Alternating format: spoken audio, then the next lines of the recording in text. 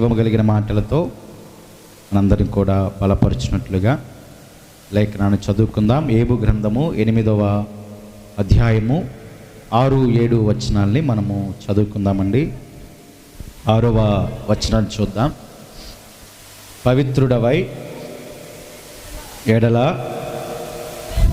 నిశ్చయముగా ఆయనని యందు శ్రద్ధ నిలిపి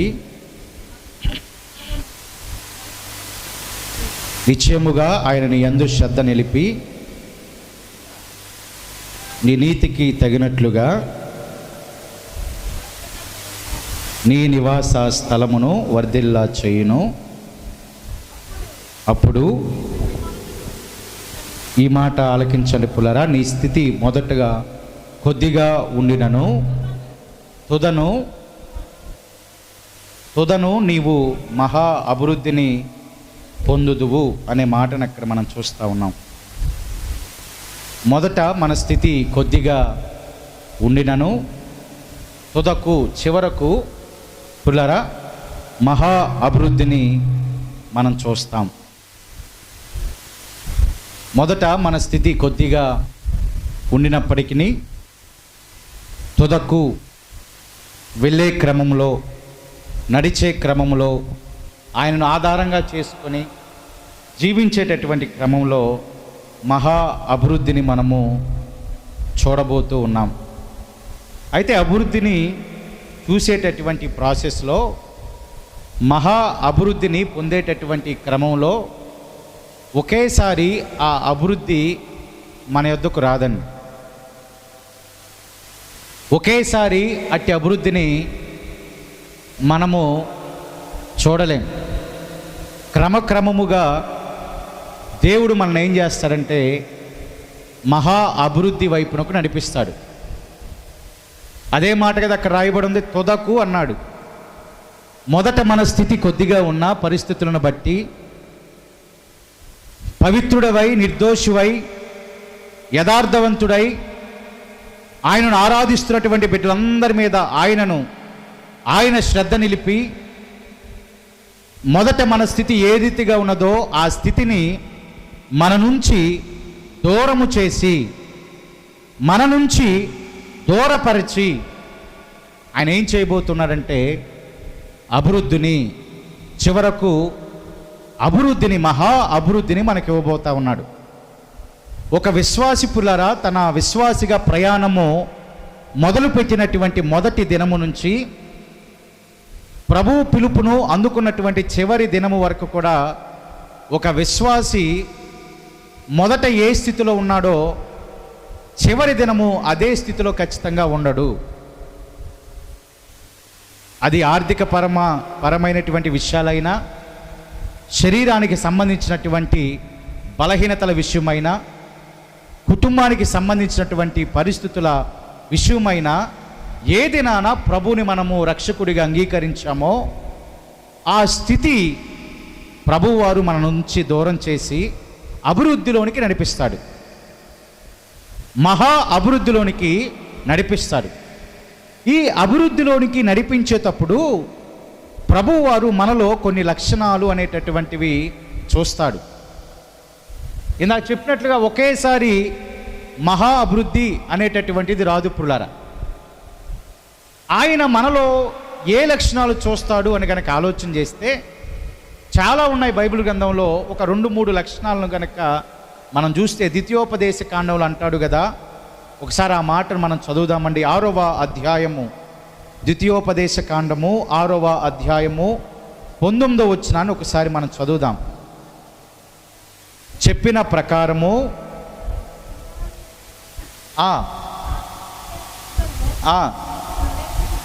నీవు ప్రవేశించి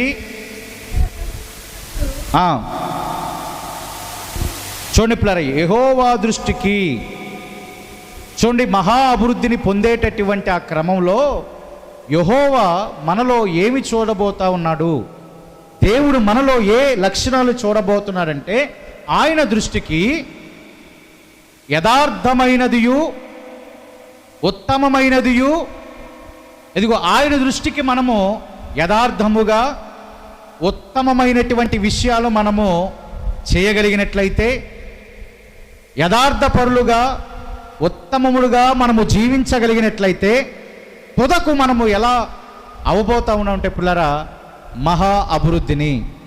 చూడండి, ప్రభు ఏం చూడబోతున్నాడంటే యథార్థతను, ఆయనకు ఉత్తమము అయినటువంటి రెండు విషయాలు. ఆమేన్. అంటే మనకు నచ్చినటువంటి విషయాలు కాదంటే పిల్లరా, ఆయనకు నచ్చినటువంటి ఉత్తమమైనటువంటి దానిని ఆయన మనలో చూస్తే, ఆయనకు నచ్చినటువంటి ఉత్తమమైనటువంటి గుణము మనలో ఆయనకు కనబడితే అప్పుడు తుదకు మనము మహా అభివృద్ధిని పొందుతాం. సాధారణంగా మనుషులు ఎలాగుంటారంటే పుల్లారా, మన దృష్టికి మనముగానే ఉత్తములుగా కనబడతాం. లేఖనంలో అదే మాట రాయబడుతుంది. సామెతల గ్రంథం కనుక చూస్తే 30వ అధ్యాయము 12వ వచనాన్ని కనుక మనం చూడగలిగినట్లయితే పుల్లారా, అక్కడ రాయబడుతుంది కదా 12వ వచనంలో, తమ దృష్టికి తాము చూడండి పిల్లలు, తమ దృష్టికి తాము శుద్ధులై తమ మాలిన్యము నుండి కడగబడని వారి తరము అనింది. వారు ఏమనుకున్నారు? మాలిన్యము నుంచి కడగబడలేదు. అయినను వారి దృష్టిలో వారు ఎలాగున్నారంటే పిల్లరా, శుద్ధులుగా ఉన్నారు. మాలిన్యము వారిలో అలాగే ఉంది, మలినము వారిలో అలాగే ఉంది. అయినను ఆ తర బిడ్డలందరూ కూడా ఏమనుకుంటున్నారంటే మేము శుద్ధులము అని. అయితే లేఖనం ఏం మాట్లాడుతూ ఉందంటే పిల్లరా, నీవు చివరికి మహా అభివృద్ధిని పొందాలన్నా, మహా అభివృద్ధిని చూడాలన్నా ఆయన మనలో ఉత్తమము అయినటువంటి వాటిని చూచేటటువంటి దేవుడుగా, వాటిని బట్టి మనల్ని అభివృద్ధి వైపునకు నడిపించేటటువంటి దేవుడుగా ఉన్నాడు పుల్లరా. మరి ఏంటి ఆయన దృష్టిలో ఉత్తమం అని గనక ఆలోచన చేస్తే, చాలాసార్లు మీరు వినే ఉంటారు పుల్లరా, మీకా గ్రంథంలో రాయబడుతుంది కదా. మీకా గ్రంథంలో 6వ అధ్యాయము 8వ వచనంలో, మనుష్యుడా ఏది ఉత్తమమో అది మీకు తెలియపరచబడుతుందని కింద 3 ఉత్తమమైనటువంటి లక్షణాలు అక్కడ పొందుపరిచినట్లుగా మనం చూడొచ్చు పుల్లారా. మొదటిది ఏంటంటే న్యాయముగా ప్రవర్తించుట అనే మాట అక్కడ ఉంది. న్యాయముగా నడుచుకొనుట, న్యాయముగా ప్రవర్తించుట. ఆయన దృష్టిలో ఏది ఉత్తమం అంటే పుల్లారా, న్యాయముగా ప్రవర్తించుట ఆయన దృష్టికి చాలా ఉత్తమము. రెండోది కనికరమును ప్రేమను కలిగి ఉండుట ఆయన దృష్టిలో చాలా ఉత్తమము. అది ఆయన తెలుగుపరుస్తూ మనుషులకు ఈ విధమైనటువంటి ఉత్తమమైనటువంటి వాటిని గనక చేయగలిగితే మనము మహా అభివృద్ధిలోనికి నడిపించబడతామని చెప్తూ ఆయన చెప్తున్నాడు కదా, న్యాయముగా ప్రవర్తిస్తే, కనికరమును ప్రేమను కలిగి జీవిస్తే, మూడోది దీన మనసు కలిగి దేవుడు ఎదుట మన ప్రవర్తన ఉండగలిగినట్లయితే, ఈ 3 చాలా ప్రాముఖ్యం పుల్లరా. అంటే మనుషులకు తెలియపరచబడింది, ఆయన ఉత్తమమైనటువంటి వాటిని మనలో చూస్తాడు అని చెప్పాడు. ఆ ఉత్తమమైనటువంటివేవో ఆయన స్పష్టంగా మనకు తెలియపరుస్తూ ఉన్నాడు. న్యాయముగా ప్రవర్తించుట, కనికరము ప్రేమతో ఉండుట, మూడోది పుల్లరా దీన మనసు కలిగి దేవుని ఎదుట ప్రవర్తించుట. ఈ 3 గుణగణాలు, లక్షణాలు మహా అభివృద్ధిని పొందేటటువంటి క్రమములో దేవుడు మనలో చూస్తాడండి. ఆమేన్. కానీ జనులు ఏమనుకుంటున్నారు? మనము శుద్ధులమే. మరి మాలిన్యము నుండి కడగబడ్డారా? లేదు కదా. మలినము నుండి కడగబడ్డారా? లేరు కదా. మలినము నుండి కడగబడకుండా వారు ఏమాత్రం న్యాయముగా ప్రవర్తించలేరు. మాలిన్యము నుండి కడగబడకుండా వారు ఏమాత్రం కనికరము ప్రేమతో జీవించలేరు. మాలిన్యము నుండి కడగబడకుండా దీన మనసును కలిగి దేవుని ఎదుట వారు ఏమాత్రము కూడా ప్రవర్తించలేరు. కాబట్టి మాలిన్యము నుండి కడగబడినటువంటి తదుపరి మాత్రమే ఆ ఉత్తమమైనటువంటి ఈ 3 లక్షణాలు మనలోనికి వస్తాయి. ఆ వచ్చినటువంటి తదుపరి ఆ లక్షణాలను బట్టి దేవుడు మనల్ని ఏం చేస్తారంటే పుల్లరా, మహా అభివృద్ధి వైపునకు నడిపిస్తారు. ఇప్పుడు చెప్పండి పుల్లరా, మహా అభివృద్ధినకు నడిపించబడటం అంటే కేవలము ఆర్థిక పరమైనటువంటి విషయాలు మాత్రమే కాదు, కానీ మనము ఆరోగ్యంగా ఉండుట కూడా కదా పుల్లారా. మనము ఆరోగ్యంగా ఉండుట కూడా మహాభివృద్ధి పొందటమే పుల్లారా. చాలామంది అనుకుంటారు ఆర్థిక పరంగా స్ట్రాంగ్గా ఉంటే చాలు, అదే మహా అభివృద్ధి అని అనుకుంటారు. కానీ అది చాలా పొరపాటు. అది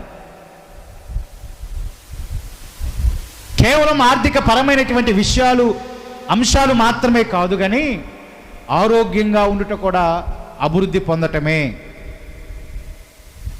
ఎవరిని ఆశించకుండా ఉండుట కూడా అభివృద్ధి పొందటమే. శత్రువులు మన యొద్దకు రాకుండా ఉండుట కూడా అభివృద్ధి పొందటమే.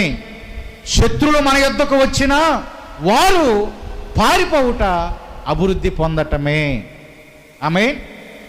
అవే మాటలు చాలా స్పష్టంగా లేఖనాల్లో రాయబడుతున్నాయి. పుల్లారా, ద్వితీయోపదేశ కాండమును గనక మనం చదవగలిగినట్లయితే 28వ అధ్యాయాన్ని ఒకసారి మనం చూద్దామండి. 28వ అధ్యాయము 7వ వచనాన్ని మనం చదువుదాం.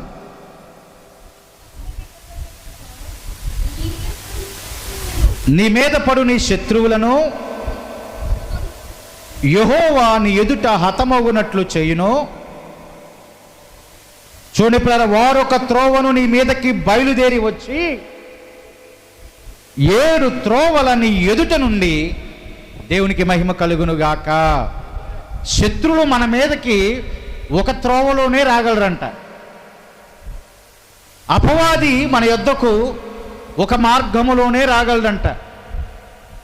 కానీ దేవుని వాక్యము లేఖను సెలవిస్తూ ఉంది, పునర్ వచ్చిన శత్రువుని దేవుడు ఏం చేయబోతున్నాడంటే మన యొద్ద నుంచి 7 త్రోవల ద్వారా మన యొద్ద నుంచి వారిని పారిపోయేటట్లు దేవుడు చేయగలడు. వారు వచ్చేది ఎన్ని త్రోవల్లో? ఒక త్రోవే. వారి దాడి చేసేది నీ మీద ఒక మార్గములోనే. కానీ ప్రభు ద్వారం గనక తెరిస్తే, ప్రభు కృప మన మీద ఉంటే, ఆ ఉత్తమమైనటువంటి వాటిని మనలో ఆయన చూస్తే, ఇదిగో వచ్చిన ద్వారం నుంచి కాదంట, ఆ శత్రువులందరినీ 7 ద్వారాల నుంచి మన యొద్ద నుంచి పారిపోయేటట్లుగా, ఇదిగో పరుగులెత్తి పోయేటట్లుగా ఆయన చేస్తాడంట. పుల్లారా, అంటే దరిద్రం అంతా కూడా పోయిద్ది. ఆమేన్. ఎన్ని మార్గాల నుంచైనా ఆ దరిద్రతను మన యొద్ద నుంచి తీసివేయడానికి ఆయన సమర్థుడండి.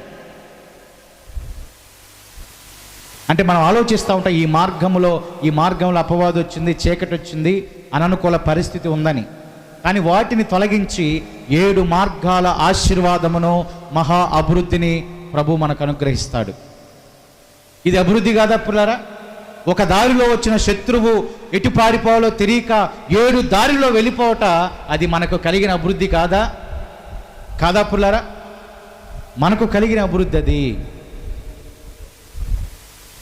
కాబట్టి మన యొద్ద నుంచి ఆ శత్రువు 7 మార్గాల్లో వెళ్ళిపోవాలంటే, 7 మార్గాల్లో వెళ్ళిపోవాలంటే, 7 త్రోవలలో వెళ్ళిపోవాలంటే, ఆ సమస్యలన్నీ కూడా మన యొద్ద నుంచి వెళ్ళిపోయి మహా అభివృద్ధిని మనము చూడాలంటే ఆయన ఉత్తమమైనటువంటి వాటిని చూస్తాడు. రెండోదిగా ఎఫెసీ పత్రికలో ఒక మాట రాయబడుతుంది పుల్లారా. ఆ మాటను ఒకసారి మనం చదువుదాం. ఎఫెసీ పత్రికలో 3వ అధ్యాయము 15వ వచనాన్ని గనక మనం చూడగలిగినట్లయితే పుల్లారా, అంతరంగ పురుషుని యందు శక్తి కలిగి ఆయన ఆత్మ వలన బలపరచబడినట్లు క్రీస్తు మీ హృదయములలో, చూడండి పుల్లారా, క్రీస్తు మన హృదయములలో ఎలా నివసించాలంటే మన విశ్వాసము ద్వారా. ఆమేన్. క్రీస్తు మన హృదయములలో ఎలా నివసిస్తాడు? మన విశ్వాసము ద్వారా. అప్పుడు ఆటోమేటిక్గా ఆయన నివసించినప్పుడు అంతరంగ పురుషుని యందు మన శక్తిని పొందుకుంటామంట, మనము బలమును పొందుకుంటామంట. ఈ బలము శక్తి రావటానికి విశ్వాసము ద్వారా క్రీస్తు మన యందు నివసించడానికి గల కారణము ఆయన మనలో ఉత్తమమైనటువంటి వాటిని చూశాడు. రెండోదిగా ఆ పత్రికలో రాయబడుతున్న పై వచనంలో రాయబడినటువంటి మాట ఏంటంటే, దైవజనుడు మోకాళ్ళ నుండి ప్రార్థన చేశాడంట. ఆమేన్. మనము అంతరంగ శక్తిని యందు, అంతరంగ పురుషుని యందు శక్తిని పొందాలని దైవజనుడు తండ్రి అయిన దేవుని ఎదుట మోకాళ్ళుని ప్రార్థన చేశాడు. కాబట్టే ఇప్పుడు మనకి శక్తి వస్తుంది, బలం వస్తుంది. ఇప్పుడు విశ్వాసము ద్వారా దేవుని కృపను మనము పొందుకొని ఆయన మనలో నివసింపేటట్టు చేసుకుంటున్నాం. ఆమేన్. అంటే ఇక్కడ దైవజనుల యొక్క పని కూడా ఎలాగుందో చూడండి. మీరు మహా అభివృద్ధిని పొందేటటువంటి క్రమంలో ఆయన మనలో ఉన్నటువంటి ఉత్తమమైనటువంటి వాటిని మాత్రమే చూడకుండా అది చూస్తూ దానితో పాటు దైవజనుల మోకాళ్ళ మీద ఉండి చేసేటటువంటి ప్రార్థన కూడా నీ కుటుంబానికి అభివృద్ధిని తీసుకొస్తుంది. ఆమేన్. అదే మాట కదా నాకు రాయబడి ఉంది.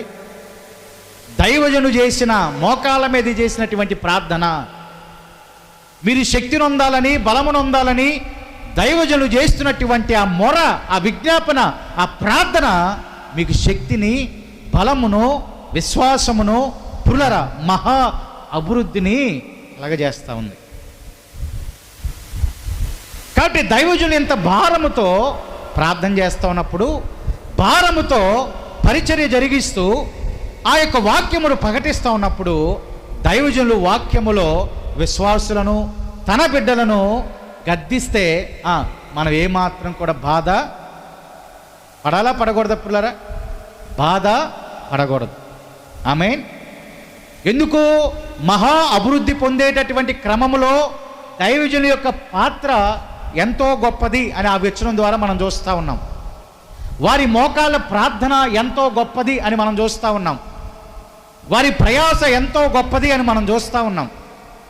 కాబట్టి ఖచ్చితంగా ఏమవ్వాలంటే పిల్లరా, వారు గద్దించినా, వారు వాక్యములో మిమ్ములను హెచ్చరించినా దానికి మనము లోబడాలి.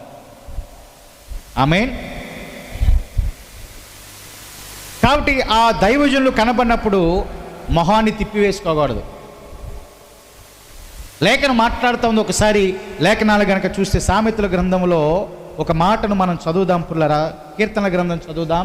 141వ కీర్తన, 141వ కీర్తన 5వ వచనాన్ని మనం చదువుదాం. నీతిమంతులు నన్ను కొట్టుట నాకు ఉపకారము, వారు నన్ను గద్దించుట నాకు తైలాభిషేకము. దేవునికి స్తోత్రం కలుగునుగాక. నీతిమంతులు నన్ను కొట్టుట నాకు ఉపకారము, వారు నన్ను గద్దించుట నాకు దేనితో సమానమంట? అభిషేకముతో సమానం. నీతిమంతులు ఎవరైనా నిన్ను గద్దిస్తే, లేదా దైవజనులు ఎవరైనా నువ్వు తప్పుడు మార్గంలో ఉన్నావని నిన్ను గద్దిస్తే, నిన్ను హెచ్చరిస్తే, అది నీకు దేనితో సమానం అండి? అభిషేకముతో సమానము. పాత నిబంధనలు తరచుగా మనం చూస్తూ ఉంటాం. దేవుడు ప్రవక్తలను ఏర్పాటు చేసుకుని రాజులను అభిషేకించాడు అని. ఆమేన్. రాజులను అభిషేకించాడు ఆయన. తనకు నచ్చిన బిడ్డలను అభిషేకించాడు ఆయన. తన మనసుకు నచ్చిన మెచ్చిన బిడ్డలను అభిషేకించాడు ఆయన. నీవు అభివృద్ధి పొందాలి అనే ప్రాసెస్లో ఒకవేళ ఏమైనా అనుకోని మార్గంలో నడుస్తూ ఉన్నప్పుడు, ఆ మార్గంలో నడుచుట నీకెంత మాత్రమో మంచిది కాదు అని నీతిమంతులైన దైవజనులైన దేవుని గుర్తెరిగిన బిడ్డలు నీకు చెప్పినప్పుడు అది నీకు ఉపకారము, అది నీకు అభిషేకముతో సమానము. అంతేగాని ఆ మాట అన్నారని మొహం తిప్పుకొని పక్కకి వెళ్ళకూడదు. ఆ గద్దించారని ఎలా ఉండకూడదంట? మొరబ్బీగా ఉండకూడదు. నన్ను గద్దిస్తున్నారు అస్తమానమని మొహం చాటేసేటటువంటి వారిగా ఉండకూడదు. అది నీకు దేనితో సమానమంటే అభిషేకముతో. ఆమేన్. ఎంత గొప్ప కృప పురులారా.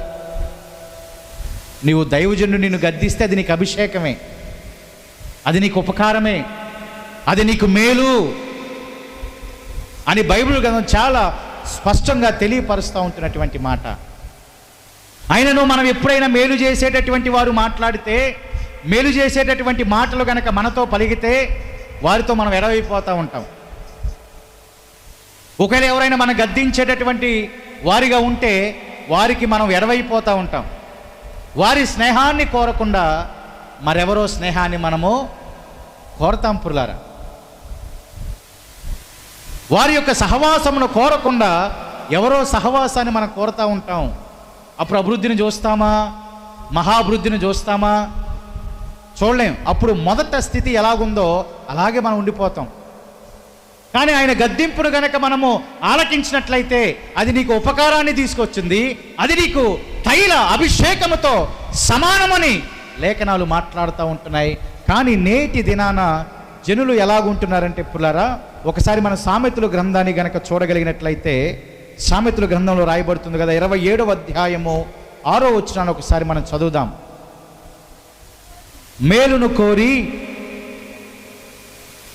కోరి స్నేహితుడు గాయములు చేయును. పగవాడు ఏం చేస్తాడంటే పిల్లారా, పగవాడు ఏం చేస్తాడండి? స్నేహితుడు ఏం చేస్తాడు? నీకు మేలు కోరి, నిన్ను మేలు కోరి నీకేం చేస్తాడంటే, ఆ గాయం మనకు తగిలినప్పుడు మనం ఏం చేస్తాం? ఆ స్నేహితుడిని విడిచిపెట్టేస్తాం. లోకంలో జరిగే విషయాలు ఏంటంటే, ఆ స్నేహితుడు మన మేలు కోరే ఏదైనా గాయము గనక చేస్తే, వీడే నన్ను ఇలాగ చేశారా, ఇతనే నన్ను ఇలాగ చేశాడా, ఈమె నన్ను ఇలాగ చేసిందా, నేను ఎంత చేశాను అని అనుకుంటా ఉంటాం. కానీ దాని పరమార్థం ఏంటి అని లేఖనం సెలవిస్తూ ఉందంటే, నీ మేలు కోరి. వారు ఎందుకు నేను గాయపరుస్తున్నారు? మన మేలు కోరటాన్ని బట్టే కదా, మనం వేరొక మార్గంలో నడుచటాన్ని బట్టే కదా. ఆయన మార్గంలో నడవలేకుండా వేరొక మార్గంలో నడవటాన్ని బట్టి ఆ స్నేహితులు మనం మేలు కోరి ఒకవేళ మనకి గాయము చేస్తే, అది కూడా వాక్యముతో ప్రియులారా.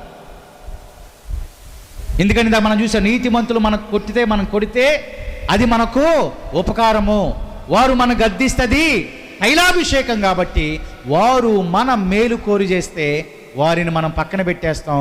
కానీ కింద రాయబడుతుంది కదా, పగవాడు ఏం చేస్తాడంటే లెక్కలేనన్ని కపట ముద్దులు మనకు పెడతాడంట. ఏం చేస్తాడండి? లెక్కలేనన్ని కపట ముద్దులు పగవాడు ఏం చేస్తాడు? మనకు పెడతాడు. అంటే వాడికి, అంటే ఆ పగవాడికి మనం అభివృద్ధి పొందుట ఏమాత్రం ఇష్టం లేదని గమనించుకోవాలి. అంటే నువ్వేం చేసినా నిన్ను సమర్థిస్తూ సపోర్ట్ చేస్తూ నువ్వు చేసేది మంచిదేలే అని చెప్తా ఉంటాడు. అందుకే కదా పగవాడు ఏం చేస్తాడు? ముద్దులు పెడతాడు. గద్దించక ముద్దులు పెడతాడు. నువ్వు తప్పు మార్గంలో వెళ్ళినా, అది నిన్ను ఇదిగో అన్యాయం వైపు నడిపిస్తుందని తెలిసినా, అది అతను ఏమాత్రం చెప్పకుండా నీ యొక్క నాశనాన్ని పగవాడు, శత్రువు కోరతాడు. కానీ నిన్ను మేలు కోరేవాడు నిన్ను ఏం చేస్తాడంటే గాయపరుస్తాడు, మంచి మాటలు చెప్తాడు, గద్దించడానికి ప్రయత్నం చేస్తాడు. గద్దించడానికి ప్రయత్నం చేసినప్పుడు అతనితో మనము పెడమొహం వేసుకొని, ఆమెతో మనము పెడమొహం వేసుకొని మనం ఉండకూడదండి. కానీ లోకంలో జరిగే విషయాలన్నీ కూడా ఇలాంటివే. ఒప్పుకుంటాం మనం, గద్దిస్తే ఒప్పుకుంటాం మనం, ఒప్పుకోం పొరపాటును కూడా. ఒప్పుకునేటటువంటి వారు ఉంటారులే, కానీ కొంతమంది అయితే ఒప్పుకోరు. నువ్వు నాకు చెప్పేదేంట్లే అనే ఆలోచనతో ఉండిపోతారు. కానీ వారు మనం ఎన్నిసార్లు గద్దించినా అది నీకు అభిషేకమే, అది నీకు ఉపకారమే, అది నీకు మేలును కలుగజేస్తుంది పిల్లరా. నిన్ను మహా అభివృద్ధి వైపునకు నడిపిస్తున్నది. కాబట్టి మొహాన్ని పక్కకు తిప్పేసుకోవద్దండి, ముఖమును పక్కకు తప్పించేసుకోవద్దండి. పగవాడు నీ యొక్క ఆ మేలును కోరడు, దొంగ ముద్దులు పెడతాడు. ఇస్కరియోతు యోధా వలె సైన్యానికి పట్టించడానికి, ప్రభుత్వానికి పట్టించడానికి. ఇక్కడ పగవాడు కూడా మనల్ని అపవాదికి పట్టించడానికి అలాగే మనతో ప్రవర్తిస్తూ ఉంటాడు. కాబట్టి వాటన్నిటిని మనం పక్కన పెట్టేస్తేనే తుదకు మనం ఏమవుతామంటే మహా అభివృద్ధిని మనము చూస్తాం. కాబట్టి మహా అభివృద్ధిలో రెండవ ప్రాధాన్యత దైవజనుల యొక్క మోకాళ్ళ ప్రార్థన. అదే మాట అంటాడు కదా, నేను ఆ తండ్రి ఎదుట మోకాళ్ళూని మరీ ప్రార్థన చేస్తా ఉన్నాను అంటున్నాడు. ఏ తండ్రిని బట్టి కుటుంబము అని పిలువబడతా ఉందో ఆ కుటుంబము అంతరంగ పురుషుని యందు శక్తిని పొందాలని, బలమును పొందాలని, విశ్వాసము ద్వారా క్రీస్తుని గుర్తెరగాలని, ఇదిగో వారి నిమిత్తమై నేను మోకరించి ప్రార్థన చేస్తున్నాను అంటున్నాడు. దేవునికి మహిమ కలుగునుగాక. కాబట్టి అట్టి కృపల వైపునకు మనం నడిపించబడాలి. కానీ ఏమాత్రం కూడా గద్దిస్తున్నారని, ఏమాత్రం కూడా మన బట్టే మాట్లాడుతున్నారని మనం ఏమాత్రం కూడా విసుక్కోకుండా విశ్వాస క్రమంలో మనం ముందుకు నడిచేటటువంటి వారిగా ఉండాలని లేఖనాలు చాలా స్పష్టంగా మనతో మాట్లాడుతూ ఉంటున్నాయి. పుల్లారా, ఈ మాటలన్నీ కూడా మనము గమనించగలిగినట్లయితే ఖచ్చితముగా ఆమోసు గ్రంథములో 6వ అధ్యాయము 11వ వచనంలో ఒక మాట గనక మనం చూడగలిగినట్లయితే, ఏలయనగా గొప్ప కుటుంబములు పాడుగుననియు చిన్న కుటుంబములు చీలిపోవుననియు. అదిగో గొప్ప కుటుంబాలు ఏమైపోతాయంట? పాడైపోతాయి. చిన్న కుటుంబాలు ఏమైపోతాయంట పుల్లారా? చిన్న కుటుంబాలు ఏమైపోతాయండి? చీలిపోతాయి. ఇదిగో వారు మమ్మల్ని గద్దిస్తున్నారు, వారితో మేము మాట్లాడేదేంట్లే, వారితో మేము సహవాసం చేసేదేంట్లే, వారితో మేము ప్రయాణం చేసేదేంట్లే అనుగొనక మనం ఉంటే గొప్ప కుటుంబమైన మన కుటుంబాలు ఏమైపోతాయంటే పుల్లారా? పాడైపోతానికి అవకాశం ఉంది. ఒకవేళ మనది గొప్ప కుటుంబం కాదు, చిన్న కుటుంబమే అనుకోండి, చిన్న కుటుంబాలు ఏమైపోతాయంట? చీలిపోతాయి. ఇప్పుడు పాడైపోవటం, చీలిపోవటం ఏమాత్రమైన మనకిష్టమైన పని అంటారు అది? కుటుంబం అంతా కలిసి ఉండాలి అని అనుకుంటూ ఉంటాం, కుటుంబం అంతా ఆనందంగా ఉండాలి అని అనుకుంటూ ఉంటాం, సంతోషంగా వెళ్ళాలి అని అనుకుంటూ ఉంటాం. కానీ ఈ మాటలు మీరి మన ప్రవర్తన ఉన్నప్పుడు, ఆ గద్దింపునకు లోబడకుండా, ఉత్తమమైనటువంటి వాటిని మనం స్వీకరించకుండా, వాటి ప్రకారంగా మనం నడవకుండా ఉన్నట్లయితే అది ఎంత పెద్ద కుటుంబమైనా ఆ కుటుంబము పాడవుతుంది. ఒకవేళ ముగ్గురే నలుగురే ఉన్న చిన్న కుటుంబం అయినా ఆ కుటుంబం ఏమైపోతుందంట? చీలిపోతుందంట. ఉమ్మడి కుటుంబాలు పాడైపోవట్లేదా పుల్లారా? ఉమ్మడి కుటుంబ వ్యవస్థ ఉందా? మన భారతదేశంలో ఉమ్మడి కుటుంబ వ్యవస్థకి చాలా ప్రాధాన్యత ఉంది. కొన్ని సంవత్సరాల క్రితం అందరూ కలిసి ఉండేవాళ్ళు. అన్నదమ్ముల కుటుంబాలన్నీ కూడా ఒక గృహంలోనే కలిసి ఉండేవాళ్ళు, ఒక గృహంలోనే కలిసి జీవించేవాళ్ళు. కానీ రాను రాను దినాలు గడుస్తున్న కొలది వారిలో వచ్చేటటువంటి ఆ యొక్క లక్షణాలను బట్టి, ఆ మాటలను బట్టి, వారి హృదయంలో వస్తున్నటువంటి వేరే వేరే ఉద్దేశాలను బట్టి పెద్ద కుటుంబాలన్నీ కూడా పాడైపోయి చిన్న చిన్న కుటుంబాలుగా అయిపోతూ ఉన్నాయి. మరి చిన్న కుటుంబమైనా చింత లేకుండా ఉంటుందంటే అది కూడా లేదు. చిన్న కుటుంబాలు కూడా ఏమైపోతాయంట? చీలిపోతూ ఉన్నాయి. ఎందుకు? ఉత్తమమైనటువంటివి ఏమీ కూడా వారిలో లేవు. దేవుని యొక్క కనుదృష్టి వారి మీద ఉండటం లేదు. దైవజుని యొక్క గద్దింపులకు లోబడక, దేవుని మాటకు లోబడక వారు జీవిస్తున్నారు. కాబట్టి పెద్ద కుటుంబాలు పాడవుతున్నాయి, చిన్న కుటుంబాలు చీలిపోతూ ఉన్నాయి. మన కుటుంబాలు అలాగా అవ్వకుండా ఉండునుగాక. అందరితో మనము కలిసిమెలిసి ఐక్యతతో ఉండే కృప. పెద్ద కుటుంబాలు పాడైపోతాయండి. అప్పుడు వరకు ఉన్న ఒక మంచి పేరు కూడా పోతుంది మనకి. అప్పుడు వరకు కలిగి ఉన్న మంచి పేరు కూడా పోయిద్ది మనకి. ఒకప్పుడు ఈ కుటుంబం ఎంతో అన్యోన్యంగా జీవించేవారు, కలతలు వచ్చేసినాయి. ఇప్పుడు వారికే పడట్లేదు, వారిలో వారికే కలతలు వచ్చేసినాయి, కుటుంబాలు పాడైపోయినాయి, కుటుంబాలు చీలిపోయినాయి. ఎందుకంటే దేవుని యొక్క కృప లేదు, ఆయన ఆశించిన ఉత్తమమైన లక్షణాలు లేవు.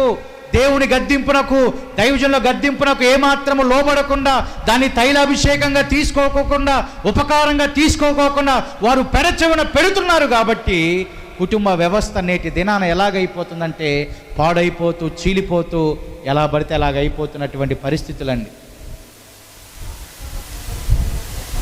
ఆర్థికంగా లేకపోయిన పర్వాల అన్యోన్యత, ఐక్యత మాత్రం ఖచ్చితంగా ప్రతి క్రైస్తవ బిడ్డకి కావాల్సింది పిల్లరా. డబ్బు అవసరం లేకపోయినా, డబ్బు లేకపోయినా పర్వాలా, కానీ కుటుంబంలో అన్యోన్యత, ఐక్యత మాత్రం ఖచ్చితంగా అందరికీ కావాలి. డబ్బే కాదు కదా నడిపించేది.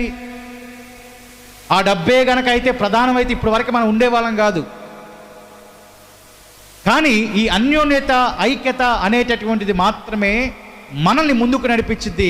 మన కుటుంబాలను బట్టి మంచిగా అనేక మంది చెప్పుకునేటట్లు చేసింది. కాబట్టి ఆయన మనలో ఉత్తమమైనటువంటి వాటిని చూస్తూ అభివృద్ధి వైపునకు మన కుటుంబాలను నడిపిస్తారని. లేదా మన చర్యల ద్వారే ఒకవేళ మన కుటుంబం పాడైపోతూ ఉందేమో, మన క్రియల ద్వారానే మన కుటుంబము చీలిపోతూ ఉందేమో, మన మాటల ద్వారానే మన కుటుంబానికి ఈ పరిస్థితులు వస్తున్నాయేమేమో, మన మాటల ద్వారానే ఇదిగో మన కుటుంబంలో ఉత్తమమైన లక్షణాలు ప్రభువునకు కనబడతలేదేమో, మన చర్యల మూలముగా మంచి లక్షణాలు ఆయనకు కనబడతలేదేమో. కాబట్టి మనం సరి చేసుకోమనే దైవజనుడు ఏం చేస్తున్నాడు? గద్దిస్తున్నాడు. ఆమేన్. ఆ గద్దింపునకు లోబడితే అది మనకు ఉపకారము, అది మనకు అభిషేకముతో సమానము. కాబట్టి మన ప్రవర్తన ద్వారా కుటుంబం పాడైపోతే ఇక దాన్ని తిరిగి కట్టాలంటే కష్టమండి. మన ప్రవర్తన ద్వారా మన బిడ్డలు చిన్న కుటుంబాలు చీలిపోతే అది మరలా తిరిగి కట్టబడటానికి అవకాశం ఉంది, కానీ చాలా సమయం పడిద్ది, చాలా ప్రయత్నం చేయాలి. చాలా ప్రయత్నం చేస్తేనే అలాగా అవుతుంది, కానీ అలాగ లేకపోతే మనకు ఏమాత్రం కూడా జరగదు. కాబట్టి మన కుటుంబ వ్యవస్థ ఎలాగుందో ఒకసారి చూడండి. మన చిన్న కుటుంబం ఎలాగుందో ఒకసారి చూడండి. ఆ గుణగణాలు ఉన్నాయో లేదో ఒకసారి చూడండి. ఆ ఉత్తమమైనవి ఇదిగో దేన మనసు కలిగి ఆయన ఎదుట ప్రవర్తించుట, కనికరము ప్రేమ కలిగి జీవించుట, ఇదిగో న్యాయముగా ప్రవర్తించుట మనలో ఉన్నాయో లేదో ఒకసారి చూడండి పుల్లారా. ఆ లక్షణాలు మనకు కనబడతాయో లేదో ఒకసారి ఆలకించండి. ఇవన్నీ ఉంటేనే తుదకు మనము మహా అభివృద్ధిని చెందుతాం. కానీ ఇది ఒక్క లైన్లో రాయబడిన మాట అయినా దాని వెనకాల ఎంతో ప్రయాసం ఉంటుందండి. ఇవేమి చూడకుండా ప్రభువు అభివృద్ధిని ఊరకే ఇస్తాడా? ఇస్తే ఆయనలో పక్షపాతం ఉన్నట్టే కదా. ఆయనలో ఏ పక్షపాతం ఉండదండి. ఆమేన్. ఆయనలో ఏ పక్షపాతం ఉండదు పిల్లరా. ఆయన చెప్పాడు ఈ లక్షణాలు కలిగి ఉంటే నువ్వు అభివృద్ధి పొందుతావని చెప్పాడు. కాబట్టి అదే లక్షణాన్ని బేస్ చేసుకొని మనము మన కుటుంబాలతో అభివృద్ధి పొందుతాం. కానీ ఇది ఒక్క లక్షణమే తగ్గింది కదా అని ఆయన మనల్ని కన్సిడర్ చేయడు. ఆ చిన్న ఒకటే లేదు కదా అని ఆయన మనకు కన్సిడర్ చేయడు. ఈ లోక అధికారులు ఒకవేళ కన్సిడర్ చేస్తారేమో, ఆయన ఏమాత్రము కూడా కన్సిడర్ చేయడు. చెప్పింది చూస్తాడు. అవన్నీ మనలో కనబడితే తోదకు మనము మహా అభివృద్ధిని చూస్తాం. మొదట మన స్థితిగతులు కొద్దిగానే ఉన్నా తొదకు మన మహా అభివృద్ధిని చూస్తాం. కాబట్టి కృప మనం పొందినట్లుగా ప్రభు సహాయం కోసం మనం కనిపెడదాం, ప్రార్థన చేద్దాం పుల్లారా. ఈ లక్షణాలు మనలో ఉండటానికి ప్రయాసపడదాం. కుటుంబ వ్యవస్థగా కలిసి ఉండటానికి ప్రయాసపడదాం. అత్తామామలను దూరం పెట్టొద్దు. చూడండి పిల్లలు, అత్తామామల్ని దూరం పెట్టొద్దు. తోడి కోడలని దూరం పెట్టొద్దు. నీతో పాటు సరి సమానంగా వచ్చినటువంటి నీ తోడి కోడలు నువ్వు దూరం పెట్టొద్దు. నీకెంత అధికారం ఉండిద్దో రెండో వ్యక్తిగా వచ్చినటువంటి ఆమెకు కూడా అంతే అధికారం ఉండిద్ది. ఇది నా బాధ్యత కాదులే అని అత్తామామలను దూరం పెట్టొద్దు కదండి. మనం అమ్మా నాన్నని దూరం పెడతామా? అమ్మా నాన్నని మనం దూరం పెడతామా? మీ సొంత అమ్మా నాన్నని దూరం పెడతారా మీరు? వీరు కూడా తల్లిదండ్రులతో సమానమే కదా. మరి అత్తమామలను దూరం పెడితే కుటుంబం ఏమైపోయినట్టు? పాడైపోయినట్టు, చీలిపోయినట్టే కదా. కుటుంబ వ్యవస్థ ఏమైపోయినట్టు. కానీ తండ్రి ద్వారా ఏ కుటుంబ వ్యవస్థ అయితే ఏర్పాటైందో ఆ కుటుంబం కోసమే కదా దైవజనుడైన పౌలు గారు ప్రార్థన చేస్తూ ఉన్నాడు. ఆమేన్. కాబట్టి వారిని దూరం పెట్టొద్దు, కుటుంబ వ్యవస్థను పాడు చేసుకోవద్దు, చీలిపోయేటట్లుగా చేసుకోవద్దు. ఐక్యతతో, సమాధానముతో ఉత్తమమైనటువంటి వాటిని మన హృదయంలోనికి ఉంచుకుంటూ వాటి ప్రకారమై నడవటానికి ప్రయత్నం చేద్దాం.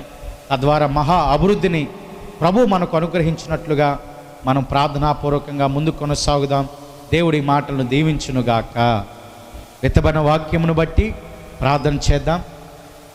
మహా అభివృద్ధిని నీవు చూడునట్లుగా, మహా అభివృద్ధి నీ కుటుంబము చూడనట్లుగా, నీ పెద్ద కుటుంబము పాడవకుండా, చిన్న కుటుంబము చీలిపోకుండా ప్రభు కృపలో వర్ధిల్లునట్లుగా, మహా అభివృద్ధిని పొందినట్లుగా, విత్తబడినటువంటి వాక్యము మన జీవితాల్లో ఫలించినట్లుగా, నెరవేర్చినట్లుగా అట్టి సహాయము ప్రభు మనకు అనుగ్రహించినట్లుగా ప్రార్థన చేద్దాం. ప్రార్థనలో ముందుకు మనం కొనసాగుదాం. సహోదరి సోఫియా మనందరినీ కూడా విత్తబడిన వాక్యము పక్షమై ప్రార్థనలో నడిపిస్తారు.